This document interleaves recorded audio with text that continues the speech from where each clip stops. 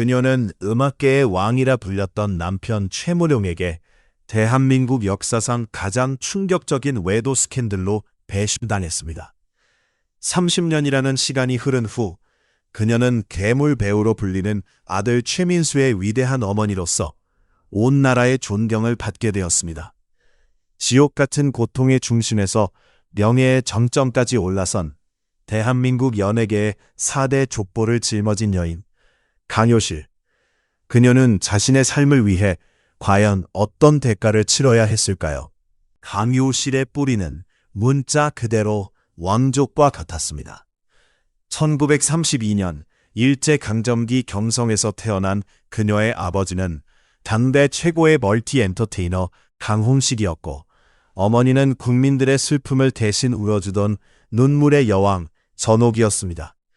그녀는 당대 최고의 스타플의 딸로 태어났지만 해방의 기쁨도 잠시 1950년 한국 전쟁이라는 비극이 모든 것을 바꾸어 놓았습니다. 전쟁의 혼란 속에서 아버지 강홍식은 북으로 넘어갔고 가족에게 남겨진 것은 월북자의 딸이라는 낙인이었습니다. 빨갱이 가족. 월북자의 딸이라는 붉은 낙인은 강효실과 가족에게 큰 멸시와 가난을 안겼습니다. 눈물의 여왕 전옥은 무대에서 쫓겨나 미군 부대에서 꾸리죽을 팔며 생계를 이어야 했고, 강효실은 이 모든 차별과 가난을 온몸으로 견뎌내며 자랐습니다. 이 지옥 같은 시절은 그녀의 내면에 강철 같은 인내와 절박한 생존력을 심어주었고, 그녀는 세상에 맞설 유일한 길로 배우의 길을 선택하게 됩니다. 1950년대 중반 한국전쟁의 포화가 멈춘 서울에서 사람들은 폐허 속에서도 이야기를 갈망했고, 그중 가장 먼저 꽃을 피운 예술은 영화였습니다. 이 시기는 충무로 르네상스, 즉 황금기의 시작으로 불렸습니다. 23세의 강효실은 숙명여자대학교 국문학과에 재학 중이었지만 배우라는 운명에 첫 발을 내딛었습니다. 그녀의 선택은 단순한 직업 선택이 아니라 월북자의 딸이라는 사회적 사형 선고에 맞선 존재 증명이었습니다. 강효실은 숨거나 도망치지 않고 가장 화려하고 주목받는 무대인 스크린을 자신의 전쟁터로 삼았습니다. 1955년 영화 고현의 종으로 정식 데뷔했으며 어머니 전옥의 후광도 있었겠지만 그녀가 스크린에 등장했을 때 대중은 완전히 다른 매력을 발견했습니다. 어머니 전옥이 구시대의 한과 눈물을 상징했다면 강효실은 전후 신여성의 이미지를 대변하는 지성과 당당함을 갖춘 배우였습니다.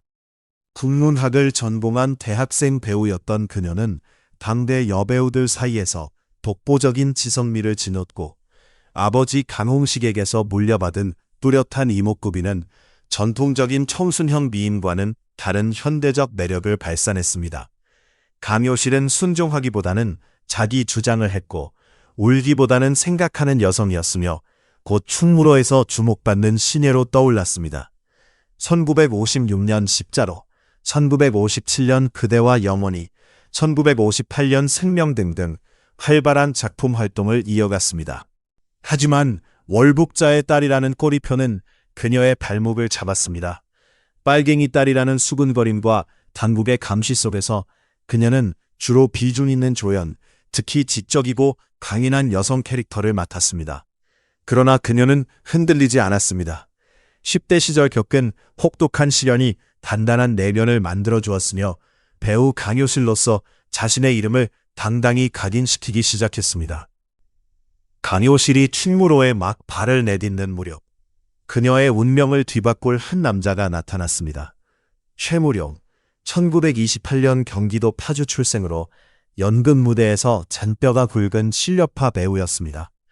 1955년 신상옥 감독의 꿈으로 영화 데뷔한 그는 175cm가 넘는 훤칠한 키와 날카로운 이목구비, 깊은 우수와 반항기를 동시에 지닌 강렬한 눈빛으로 대중의 즉각적인 열광을 받았습니다.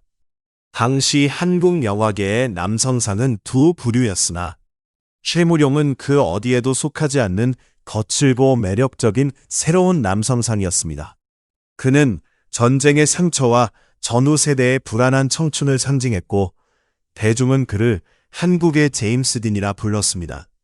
1954년 혹은 1955년 충무로 영화사 사무실이나 촬영 현장에서 강효실과 최무룡이 만났습니다.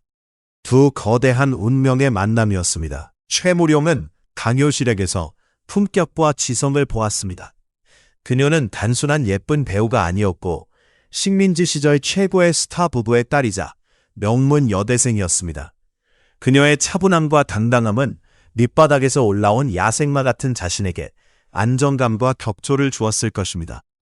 반면 강효실은 최무룡에게서 과거의 어두운 그림자와는 정반대의 현재 성공과 미래 가능성을 봤습니다. 그들의 사랑은 불꽃 같았습니다. 1954년 두 사람은 세간의 관심 속에 결혼식을 올렸고 이는 대한민국 연예계의 역사상 사실상 제1로 스타플의 탄생이었습니다. 눈물의 여왕 전옥의 딸과 한국의 제임스 딘 최무룡의 결합은 충무로 9세대와 신세대가 만나는 상징적인 왕실 결혼과도 같았습니다. 결혼 후 두 사람의 경력은 급성장했습니다. 최무룡은 유전, 종각 등에서 폭발적인 연기를 펼치며 왕으로 군림했고 강효실 역시 배우로서 정체성을 지켰습니다. 1959년 독립협회와 청년 이승만에서 그녀가 맡은 민상봉 역은 그녀의 연기력이 단순한 외환이 아님을 증명했습니다. 두 사람은 충무로에서 가장 빛나는 파워 커플로 공식 석상에 함께 나타나면 모든 스포트라이트를 받았습니다. 그들의 보금자리에는 강효실의 어머니 전옥도 함께했습니다. 홀로 딸을 키우던 전옥은 사위 최무룡의 성공을 물심양면으로 지원하며 자신이 이루지 못한 완벽한 가정에 대한 대리만족과 희망의 상징으로 삼았습니다. 모든 것이 완벽해 보였고 월북자의 딸이라는 비극적인 과거는 화려한 성공 뒤로 완전히 사라진 듯 했습니다. 1961년 최무룡은 한국 영화사 100년 중 가장 위대한 걸작으로 꼽히는 오발탄과 사랑방 손님과 어머니에 연달아 출연하며 연기력과 흥행력을 동시에 입증했습니다. 그 시기에 강효실은 임신을 했고 1962년 건강한 아들 최민수를 낳았습니다. 왕과 왕비의 결합이 마침내 왕자의 탄생으로 이어지는 순간이었습니다.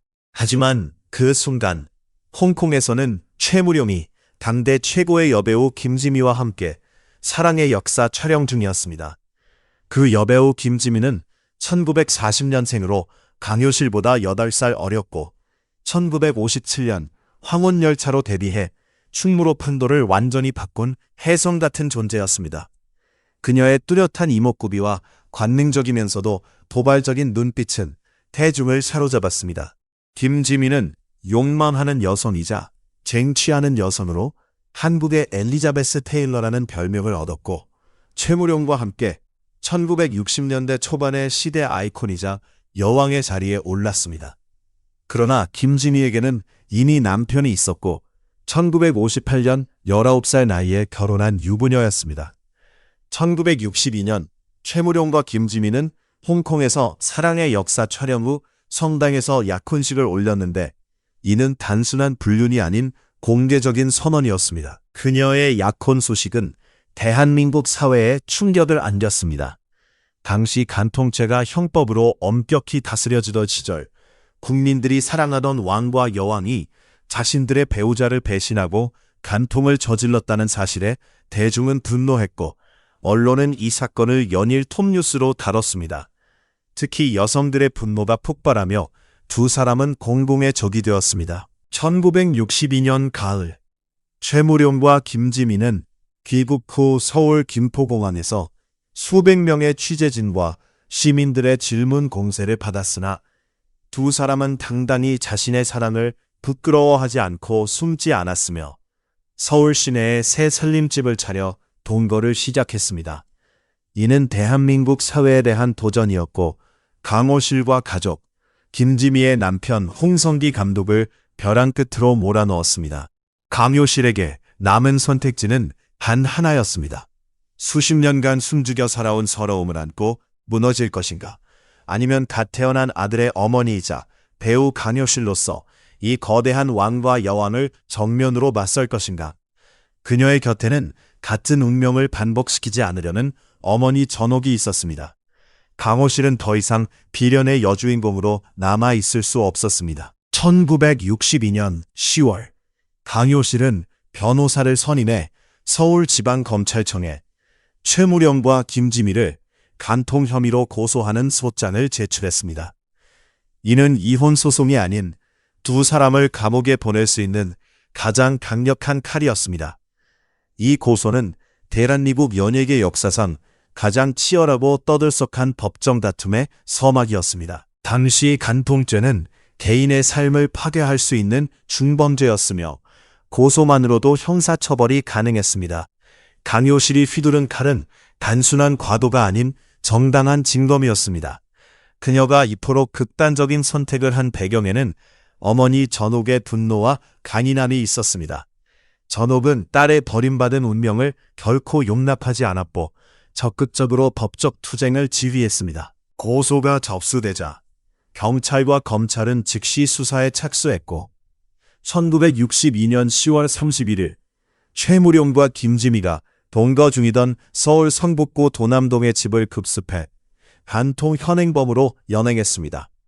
두 사람은 곧 구속영장이 발부되어 서대문 형무소에 수감되었고 언론은 연일 수갑찬 왕과 여왕의 모습을 보도하며 대중은 경악했습니다. 서대문 형무소는 일제강점기 독립운동가들이 고초를 겪던 장소였고 해방 후에는 흉악범과 시국사범들이 갇히는 감옥의 대명사였습니다. 대한민국 최고의 스타들이 죄수복을 입고 어둡고 차가운 방에 갇힌 현실은 충격 그 자체였습니다. 김지미는 충격으로 시름시름 앓았고 최무룡 역시 참담한 마음으로 고개를 떨궜습니다. 이제 모든 공은 강효실에게 넘어갔습니다. 간통죄는 고소인이 고소를 취하하면 공소권이 없어져 두 사람은 즉시 석방될 수 있었습니다. 강효실의 손에 대한민국 최고 스타 두 사람의 운명이 달려 있었고 양측 가족과 관계자들은 그녀를 설득하려 했으나 전옥과 강효실은 흔들리지 않았습니다. 용서는 값싼 것이 아니었고 상응하는 대가가 필요했습니다. 협상의 주체는 무기력해진 최무룡이 아닌 감옥에 갇힌 김지미였습니다. 그녀는 변호인을 통해 강효실 측과 직접 협상하며 강효실은 즉각적인 이혼, 아들 최민수의 단독 양육권, 그리고 위자료를 요구했습니다. 요구한 위자료 액수는 당시로서는 천문학적인 액수였으며 최무룡은 그만한 돈이 없었습니다. 김지미는 결단을 내렸습니다. 그녀가 그 돈을 내겠다고 약속한 것입니다. 배우 생활 중 모은 전 재산과 주변 지인들로부터 빌린 돈까지 동원해 위자료 전액을 마련했고 이는 유례를 찾기 힘든 기묘한 거래였습니다. 1963년 1월 거액의 위자료가 강효실에게 전달되었고 그녀는 즉시 고소 취하서를 제출했습니다. 70여일 만에 최무룡과 김지미는 자유의 몸이 되었고 두 사람은 다시 결혼식을 올려 제2의 파워 커플로 복귀했습니다. 그러나 감옥살이와 대중의 치탄, 경제적 출혈은 감내해야 했습니다. 강효실은 남편을 잃었지만 승리했습니다. 법의 심판대에 세운 두 사람에게 죗값을 치르게 했고 아들 최민수의 양육권을 지켰으며 강력한 경제적 기반도 마련했습니다. 이 사건은 1960년대 대한민국 사회에 큰 질문을 던졌습니다. 사랑은 도덕과 법 위에 있을 수 있는가? 가부장적 사회에서 여성이 자신을 지킬 무기는 무엇인가? 강효실은 고통 속에서 가장 강력한 생존의 해법을 찾아냈습니다. 이제 그녀는 최무룡의 아내라는 그늘에서 벗어나 이혼녀라는 꼬리표를 달았지만 어머니 전옥과 아들 최민수라는 두 가족이 남았습니다. 강효실은 더 이상 물러설 곳이 없었고 연기라는 무기를 들고 다시 충무로로 돌아왔습니다. 스캔들로 인해 주연 역할은 제한됐지만 이혼이라는 거대한 풍파를 겪으며 이전과는 비교할 수 없는 깊이를 가진 배우로 거듭났습니다. 그녀의 연기에는 삶의 쓴맛과 고통을 정면으로 통과한 자의 관록이 서렸으며 영화와 TV 드라마에서 묵묵히 자신의 자리를 지켰습니다. 1970대 80년대에는 전후, 삼국기, 객주 등 굵직한 대하 드라마에 출연하며 신뢰받는 중견 배우로 자리매김했습니다. 화려한 스포트라이트 중심에서 멀어졌지만 단단히 뿌리를 내렸고, 그녀가 배우 강효실로 불릴 때 집에서는 갓 태어난 아들 최민수가 어머니 전옥의 손에서 자라고 있었습니다. 최민수는 어머니와 외할머니의 인내와 한을 보고 배우며 성장했습니다.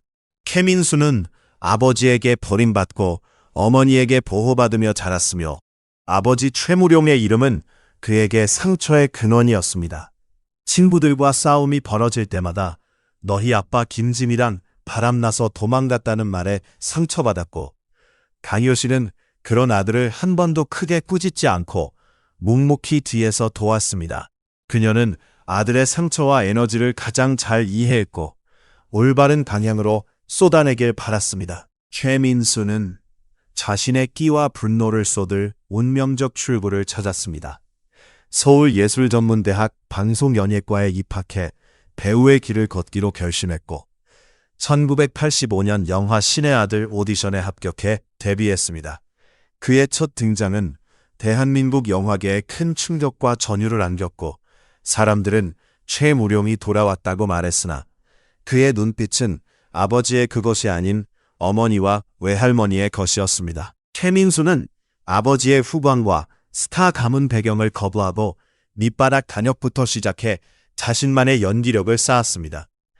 1991년 TV 드라마 사랑이 뭐길래에서 가부장적인 아들 역할로 인기를 얻었고 1993년 걸어서 하늘까지에서 깡패 역으로 신드롬을 일으켰으며 1995년 모래시계에서는 시청률 64.5% 하는 기록을 세우며 국민 배우가 되었습니다. 모래시계의 박태수 역은 시대 폭력에 짓밟히면서도 의의를 지키려는 한 남자의 처절한 순정을 표현했고 그의 마지막 대사는 대한민국 전체를 떨게 했습니다.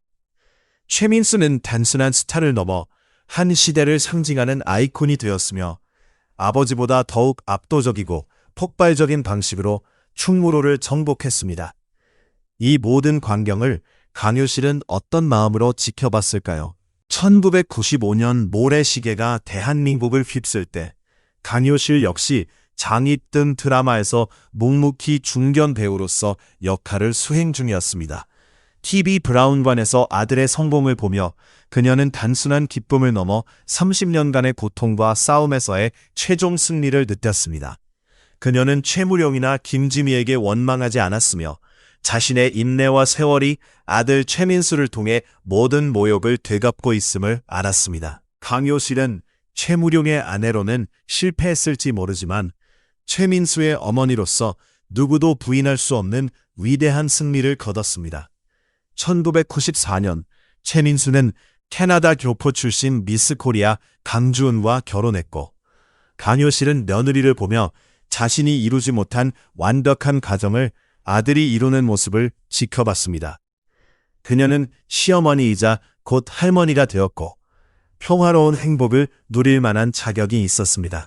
하지만 운명은 그녀에게 마지막 평화마저 허락하지 않았습니다. 1996년 강효실에게 이상신호가 찾아왔고 정밀 검진 결과 말기 암 판정을 받았습니다. 그녀의 나이는 불과 64세였고 평생 인내와 꿋꿋함으로 버텨온 몸이 한계에 다다랐음을 알리는 신호였습니다. 이 소식은 아들 최민수에게 세상을 무너뜨리는 충격이었습니다. 최민수는 모래시계의 성공으로 대한민국 정점에 섰고 어머니를 완벽히 지킬 힘이 있다고 믿었지만 현대의학도 포기한 병마 앞에서 무력했습니다. 그는 모든 스케줄을 중단하고 어머니를 모시고 지리산 한적한 암자로 향해 자연 속에서 치유를 위해 싸웠습니다. 그는 매일 장작을 패고 찬 계곡물에 몸을 담그며 기도하고 약초를 캐서 어머니에게 올렸습니다. 그의 점성에도 불구하고 강효실의 병세는 악화되었고 1996년 가을 그녀는 일어나지도 못하는 상태가 되었습니다. 그때 암자의 방문이 열리고 한 노년의 남자가 들어왔습니다. 그곳에 있던 모든 공기가 얼어붙었고 최민수는 분노에 휩싸였습니다. 그 남자는 바로 자신을 낳은 아버지 최무룡이었습니다. 그는 병색 완연한 외로운 노인이었고 어쩌면 첫 아내의 마지막 길을 보러 온 듯했습니다. 최민수는 평생의 분노를 폭발하며 아버지를 나다섰고 그 순간 감효실이 희미하게 눈을 떴습니다. 그녀는 울부짖는 아들과 초라한 옛 남편을 바라보며 평생 짊어졌던 한을 내려놓는 마지막 말을 했습니다. 내 아버지를 용서해라. 나는 이미 다 용서했다. 이것이 강효실이 세상에 남긴 마지막 유언이자 자신의 영혼을 위한 완벽한 해반이었습니다. 월북자의 딸, 배신당한 아내라는 낙인을 평생 짊어지고 인내로 감내했던 그녀는 죽음의 문턱에서 모든 원만의 사슬을 끊어냈습니다. 아들 최민수는 그 뜻 앞에서 통곡했지만 강효실의 표정은 평화로웠습니다. 1996년 11월 2일 그녀는 64년간 치열하고 파란만장했던 삶을 스스로 완성하며 세상을 떠났습니다.